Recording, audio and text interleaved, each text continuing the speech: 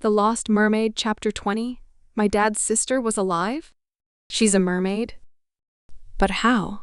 Heather drifted closer, her hair flowing like angel wings around her. Who are thee? She asked. I'm Julie Johansson. I looked for recognition on her face. Her eyes widened a bit, then softened. Welcome, Julie. Did she not recognize my last name? Have you heard of Frank Johansson? I asked. Heather looked confused, then taken aback and became aware. Yes. She paused, eyes far away. I had a brother named Frank. You're Heather? I asked. 'Tis true. A landwalker I once was. My memories have faded a bit. I guess being in the float can do that. How dost thou know him? He's my dad. Oh my, she cried, her face filling with emotion at the mention of my dad. Thou art Frank's daughter? She gazed at me in forlorn fondness. Yes, I am. But he said you drowned? She nodded. The undertow seized me and I drowned in the riptide, but I was saved by the mermaids. They revived me, giving me a coronet that enhanced me with fins. In the light of a mermoon, I became a mermaid permanently. A mermoon? Oh, pardon me, a full moon. You're my dad's sister, I said, my voice growing louder. I can't believe it. Are you sad you've been here all this time? I wondered if I would be happy here as well if I stayed. I miss Frank and my beloved parents, but I am happy, for I have a family of my own. She paused as memories seemed to come back to her. But Julie, I truly passed away. If it were not for the mermaids, I would not be here. I am at peace and have much joy. I cannot believe thou art here. How is Frank? He's as grumpy as ever. Just kidding. I laughed at my awkward joke. Really, he's good. He's a teacher and a dairy farmer and has a family too. He married my mom and has 7 boys. Her face lightened, a smile spreading over her face. How glorious. It's okay, I guess. Brightening, I said, Do you like it here? Heather said, Of course. I fell in love with Rowan, my beloved. We have 2 sons and 3 daughters. It is a different life here, for we travel much, but we are happy. Emerald is my eldest. What? Emerald and I are related? I said in shock. This is out of sight. 'Tis true, Heather said. Julie, in 7 days' time there will be a mermoon. If thou do not wend thy way back to land, thou shalt be forever a mermaid. Oh, I muttered to myself, that doesn't give me much time to decide. I imagine thy family misseth thee, Heather said. I shrugged. Oh, not much. My mom may, but my dad only cares about his boys. I'm sure both thy mother and thy father misseth thee. Nah, I said. Maybe Mom did, but Dad probably only missed the fact that dinner wasn't on time and the dishes weren't done. Heather paused at the uncomfortable conversation, then asked, Will thou gather mermena with me? I smiled, happy she changed the subject. I'd love to.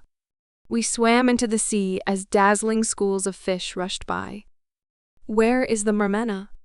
They have been scarce of late. Once we swim past the coral reef, it gets darker, so we may find more. I glanced around. Over there. I think I see some. We raced towards the spot of light, but it was only a glowing jellyfish. I know a place, she said. Come. We traveled to a grove of seaweed.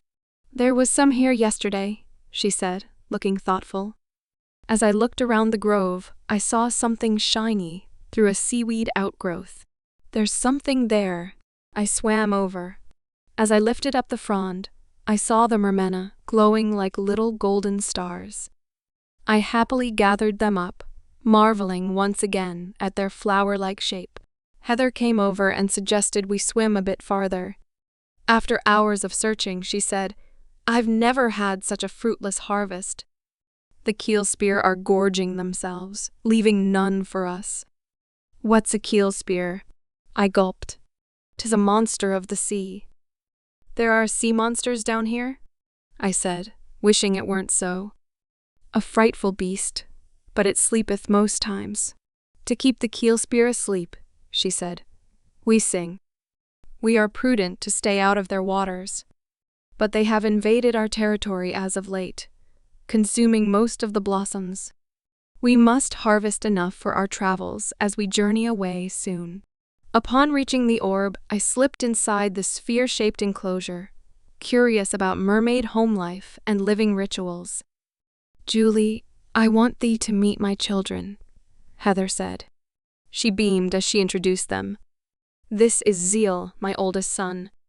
He and Karen are valiant warriors with the partisan. Zeal had swirly red hair, a spray of freckles, and a lime-green tail. Karen was olive-skinned with dark brown hair and a tail of copper hue. They both wore armored collars and armbands. They greeted me with a kiss on the cheek, making me blush. They were both so handsome. Zeal was technically my cousin, but Karen was not. And Karen was so dashing. Karen said, I am pleased to make thy acquaintance. Heather continued, This is my third oldest Stormy. She creates elixirs. She helped revive thee. Thank you, Stormy, I said. She had a reddish-brown tail, a belly shirt, and knotty black hair. 'Tis a pleasure, she responded. Heather gestured to a merboy. This is my son, Blue. He is the protector of our orb and a helpful lad. Unsurprisingly, he had a blue streak in his brown hair and a blue tail. My second youngest daughter is Coral. She is mellow and wise. She had a coral brown shaded tail and smooth, long brown hair. Something about the way she moved reminded me of an otter. And lastly, she gestured towards the smallest. Is Pearl my baby? Pearl shot back. I'm not a baby. I'm 5. Heather gathered her blonde girl with a pearlescent tail in her arms. Oh, thou shalt always be my baby, Heather said as she held her. Pearl clearly didn't want to giggle, but couldn't help it. A broad merman swam into the chamber. He had long brown sideburns, hair pulled back in a bun, and an armored vest covering his muscular form. He scanned us all, but when his eyes met Heather's, it was as if there was no one else in the room. He gathered her and pearl-like feathers in his arms, spinning. Good evening, my treasures. Mid-hug, Heather laughed. 'Tis Aaron. Pardon my affectionate husband. Aaron released her, and Heather introduced us. Aaron gasped. Thou art my wife's niece. He kissed my hand. 'Tis an honor to meet thee. I blushed. I seemed to be doing that a lot lately, but the mermen were so gallant here. We gathered around the glowing shell for dinner, but mostly ate fish since the mermena was scarce. After dinner, Aaron, feeling robust and well-fed, turned to everyone. Good news, family, he announced. All is prepared for Stormy's dawning. Everyone cheered as I tried to figure out what was going on. I can't wait for the dance afterward, cried Coral. Feeling excited, I asked, Mermaids dance? Zeal cried, Of course we do. Dost thou? Everyone looked at me in silent hesitation, waiting for my reply. I had no idea how to dance in the ocean. Shane's memory flashed into my mind. It was as if he was there beside me saying, Remember, sis, fake it till you make it. I didn't want to look strange, so I said with as much confidence as I could muster, I love dancing. Everyone breathed a sigh of relief.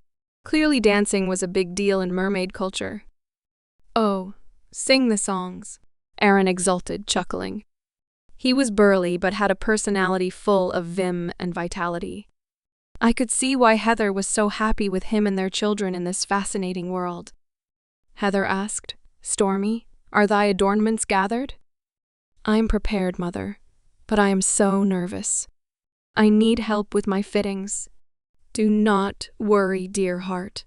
I shall help thee. All will come together well, Aaron commanded. Coral, go too. Fill the waterskins with brine. Zeal, Hast thou milked the whales? Aye, father. Bring gourds of milk and we shall away. Everyone scattered. I turned in a slow circle. Should I be doing something? Karen's gaze met mine. He said, I hope thou wilt join us, milady. My heart fluttered. He was truly a feast for the eyes. His muscles flexed as he proffered his arm. He said, I would love to escort thee to the arboretum. Would thee take my arm? I searched for the right thing to say. It would be my privilege.